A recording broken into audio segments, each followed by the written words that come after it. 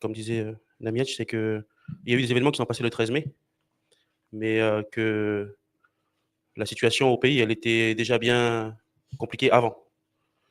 On parlait du fait que l'État ait perdu son impartialité. Il y a une mission du Congrès de Méconique qui était là, et c'est un élu loyaliste qui disait que l'État a fait deux erreurs fondamentales.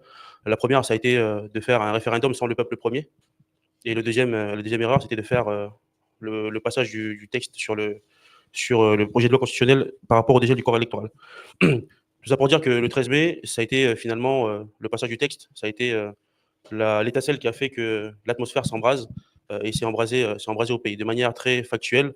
Donc 13 morts, 11 personnes Kanak, 2 gendarmes et les personnes Kanak qui ont été tuées, ils ont été tués par la milice et par les gendarmes. Donc les deux derniers décès, assassinats ont eu lieu à Saint-Louis il y a quelques jours. Euh, ce qui s'est passé le 13 mai, aujourd'hui, l'économie du pays est à terre.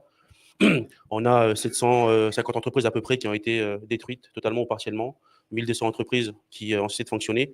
Ça représente un manque à gagner fiscal de 12 millions, 13 millions d'euros et un manque à gagner social d'environ 63 millions d'euros. Euh, Jusqu'à la fin d'année, le gouvernement de la Nouvelle-Calédonie a besoin d'environ 45 millions d'euros pour pouvoir continuer à vivre, payer les charges sociales, etc., pour pas que tout s'effondre. Donc, au-delà de tous ces chiffres, le malaise qu'il y avait avant, déjà le 13 mai, c'est un malaise qu'on trouve à peu près dans toutes les grandes villes. C'est-à-dire que on a une population marginalisée qui sont dans les quartiers populaires, et puis on a une population plus aisée qui sont, que nous on appelle les quartiers sud de Nouméa, mais qui ressembleraient plutôt à Neuilly-sur-Seine à Paris, quoi, pour faire